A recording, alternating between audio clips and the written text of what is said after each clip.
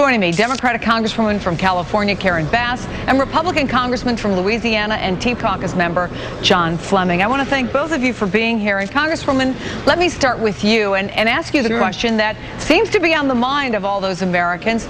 What in the heck is going on there? Why can't you guys get this stuff done?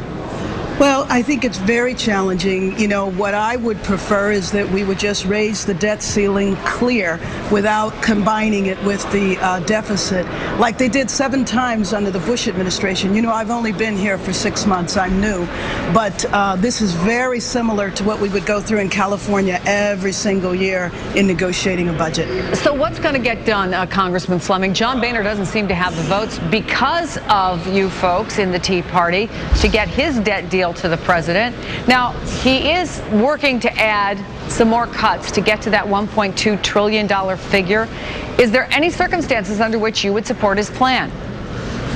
Well, as a matter of fact, I do support his plan. My preferred plan, of course, is cut, cap, and balance. But the president said he would veto it. But you acknowledge that's not going to happen. Yes, and so as a result, we have the Boehner plan, which has some of the same benefits in terms of no tax increases, but cuts that exceed the amount that we raise the debt ceiling. And Harry Reid already indicated that he would support it, although the president got him to back away from that. So at the end of the day, the Boehner plan, I think, is an excellent compromise. It's just a matter of getting the president and, of course, Democrats. Well, you understand what the Democratic concern is, don't you? That they don't want to go through this again in 6 months. This has been excruciating. I'm sure it's been excruciating for you in Congress. It certainly turns out that it's excruciating for the American people. It's causing some nervousness across around the world. But so, Chris, there's a different dynamic here. The president has increased our debt by $4 trillion in 2 years, and he wants another $2.4 trillion. That's unprecedented, both in percentage and total absolute numbers. So what we're saying is, Mr. President, if you want us to raise this debt ceiling, you're going to have to slow down the spending and be accountable to the American people. And let me just say that I think that there were other issues with Boehner's plan where Senator Reid said it was DOA, dead on arrival, going into the Senate, because it isn't just about the cuts. It's about other policy issues that have been put in. Like my good friend here talked about the cut, cap, and balance. Well, what Boehner was proposing really was that, and I think that is really problematic. And let me just point on one part of it, the cap piece.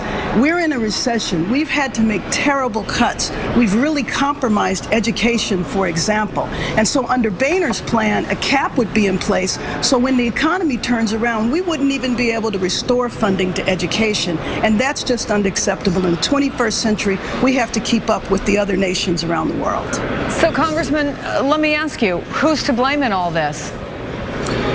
Well, I think that the American people showed in the 2010 elections that they are terrified of the out-of-control spending, which even in the area of education has yielded no benefits.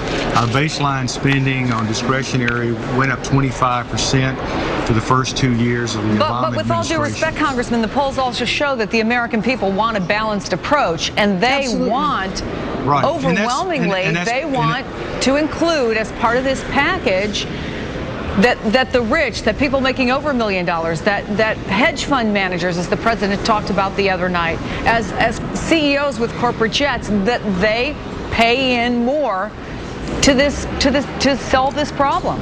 And we tried to work with the president to have tax rate reform, which would lower the rates and do away with these deductions. And the president sent Boehner away. So remember, the president has not offered a plan.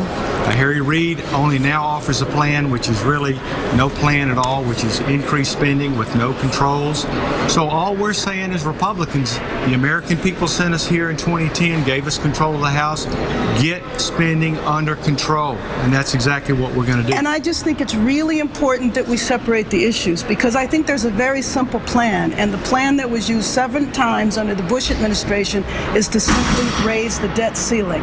And if you're going to talk about cuts and addressing the deficit, it needs to be addressed separately. What my concern is, and I empathize for Speaker Boehner, I really do, because I feel like his caucus is not really letting him lead.